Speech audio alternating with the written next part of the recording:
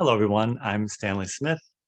Each week at Conservative Coffee Hour, we talk about various topics.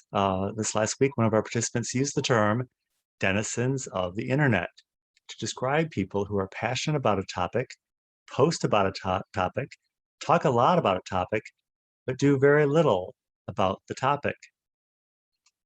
This has probably been exacerbated by the pandemic, which for many has meant being passionate about and proactive about stocking up on toilet paper and paper towels.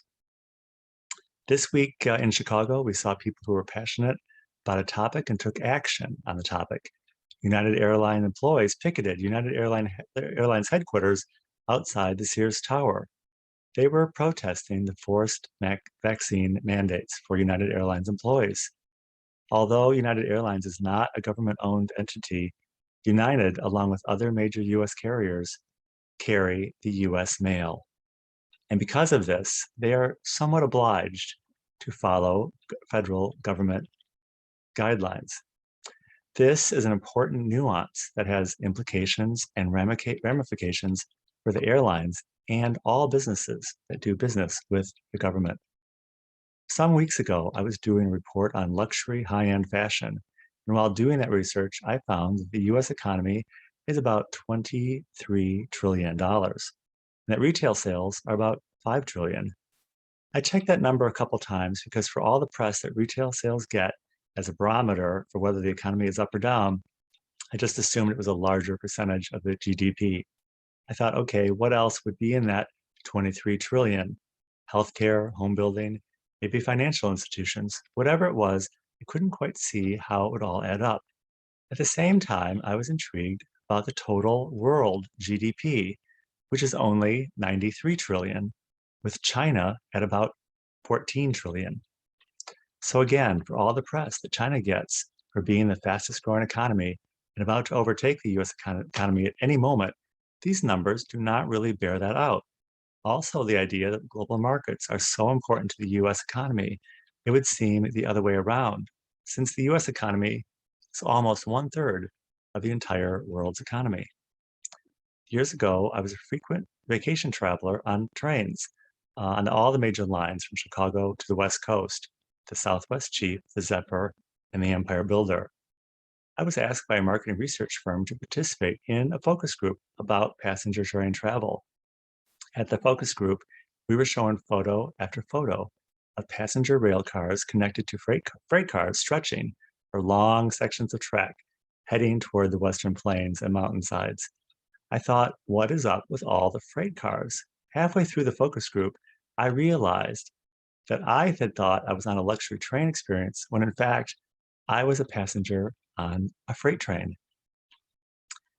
Because, of course, most trains are Amtrak trains and federally subsidized, so they also carry a lot of freight and a lot of US mail.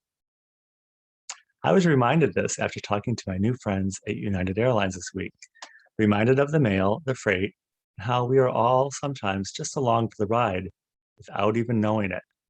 After thinking more about the GDP numbers, it occurred to me to research what percentage of the US economy or GDP is represented by government spending. And that number is 30%. So almost a third of the US economy is government spending. This is a very bad and telling number. We pride ourselves on being the world's leading free market economy, but one can see that the government spending is the driver of this freight train. This is especially problematic when you think about how government spending can, at its best, be seen as a patronage scheme, and at worst, be seen as a racketeering scheme through compliance and mandates. It's always hard to see where we are in any given narrative or timeline. It's hard to tell if we are a first-class passenger on a plane or a piece of cargo on a freight train. Denizens of the internet like to think that they are pretty sure where they are, but for the rest of us, we are not so sure, and in fact, we are all pretty frightened. In the New Testament, it says, fear not, or don't be afraid, about 365 times. But it doesn't say that there is nothing to be fearful about or nothing to fear. We're on a speeding freight train here. Most of the passengers are comfortable, and we are all having a fun parlor game in the dining car about who is the victim, who is the victimizer, and at the end of the game, there are going to be lots of winners and losers, and it's all going to be great fun. At the same time, this train is speeding into a dark tunnel, and the denizens of the internet, along with many of us, don't want to think about that right now.